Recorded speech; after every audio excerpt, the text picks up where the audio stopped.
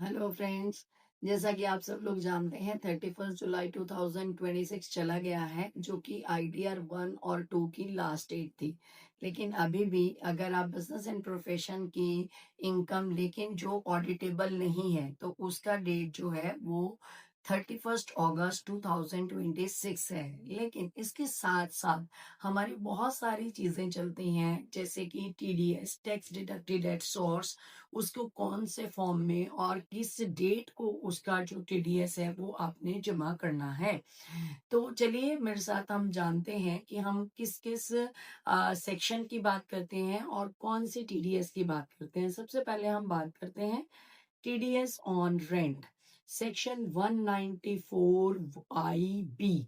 194 जो IB है वो हमें क्या बताता है कि अगर you are paying any rent which exceeds 50,000 per month, यानी कि अगर हम इसको मैं बात करूं कि अगर आप पूरे साल में 6 लाख से ज्यादा का रेंट पे करते हैं, तो आपको TDS डिडक्ट करना जरूरी हो जाएगा। और कितना TDS है? अगर आप जो रेंट है वो अपना इंडिविजुअल और अगर HUF को पे करते हैं, तो 2% ऑफ द TDS आपको जो है वो TDS काटना जरूरी हो जाएगा। अब कई बार मन में ये आता है कि अगर हम ऐसा ना करें तो फिर क्या होगा। देखो बिल्कुल साफ है, अगर आप TDS लाइबल थे काटने के लिए और अगर आपने TDS नहीं काटा, इन दैट केस वो जो एक्सपेंस है वो आपका डिडक्टिबल ही नहीं होगा, वो काउंट ही नहीं होगा। ये माना जाएगा कि आपने, क्योंकि हमने क्या किया आप एलिजिबल थे उस TDS को काटने के, क्योंकि इनकम आपके थ्रू जनरेट हुई। और if you fails to deduct TDS, then in that case that expense will not be treated as your expense। आप वो अपनी बुक्स ऑफ अकाउंट्स में उसको एज एन एक्सपेंस क्लेम नहीं कर सकते हो।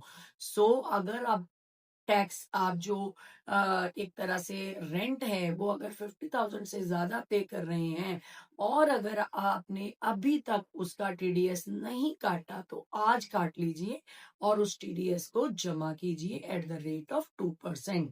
That is in case of individual and HUF। तो इसको जमा करना जो है वो जरूरी है। अगली बात हमारे पास आ जाती है 194 IC। देखो कई बार ये ऐसे सेक्शंस हैं जो हम बड़ा शायद कहीं ध्यान नहीं देते और ये छोटी छोटी जो गलतियां हैं वो काफी बड़ी बन जाती हैं। 194 IC, दिस इज फॉर कि अगर आपने किसी ज्वाइंट डेवलपमेंट सिस्टम के अंदर अगर किसी भी डेवलपर ने कोई मॉनेटरी कंसिडरेशन अगर लैंडलॉर्ड को दिया है, तो he has to deduct the TDS। अब इसमें क्या चीज नहीं आती है, हमने वर्ड बड़ा क्लियरली यूज किया है, मॉनेटरी डिस्क्रिप्शन या monetary consideration. This is not applicable for non monetary.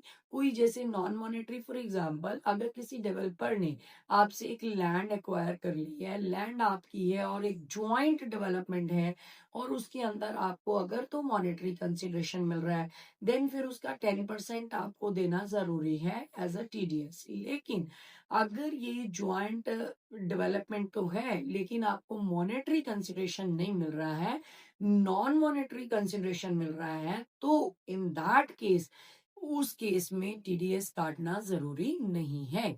What is the TDS rate? अब ये जरूरी है कि what is the TDS rate? Rate of TDS is 10% of that monetary consideration। आपको जितना पैसा पे हो रहा है उसका 10% आपको TDS जो है वो आपका डिडक्ट होना चाहिए। और दूसरा क्वेश्चन आता है, क्या उसकी कोई थ्रेशोल्ड लिमिट है? तो इसका कोई भी थ्रेशोल्ड लिमिट नहीं है। जितना आपका TDS जो आपका काटा गया है वो irrespective of the monetary consideration आपको वो पे करना है और वो आपके पैन नंबर में दिख जाएगा। अब इसमें बात क्या आती है कि TDS के फॉर्म, जैसे जब आजकल हम ट्रेसिस पे जा रहे हैं, हमें पोर्टल बिल्कुल नया चेंज मिल रहा है, तो काफी सारे लोग बिल्कुल इसमें परेशान हैं कि पुराना फॉर्म तो हमें पता है, इट इज 26 QC, तो आज का फॉर्म क्या है। तो वैसे हमने पहले भी एक वीडियो बनाई थी जिसमें हमने बताया था कंपैरेटिव फॉर्म्स ऑफ टीडीएस। लेकिन अगर फिर भी किसी को लगे तो आप हमें कनेक्ट कर सकते हैं या हमसे बात कर सकते हैं। ऐसे कई चीजें, जैसे कि अगर आप मूवेबल इमूवेबल प्रॉपर्टी सेल कर रहे हैं तो उसके ऊपर टीडीएस काटना, उसके फॉर्म्स को सबमिट करना, 26 क्यूबी जो रहता था उसको सबमिट करना, ऐसे बहुत सारे क्वेश्चंस हैं। अगर आपको लगे तो आप हमें पिन कर सकते हैं या हमारी वीडियोस, बहुत सारे हमने ऐसी चीजों पे पुरानी वीडियोस भी बनाई हैं। आप हमारे चैनल को सब्सक्राइब करें और हमारी वीडियोस को देखें। धन्यवाद।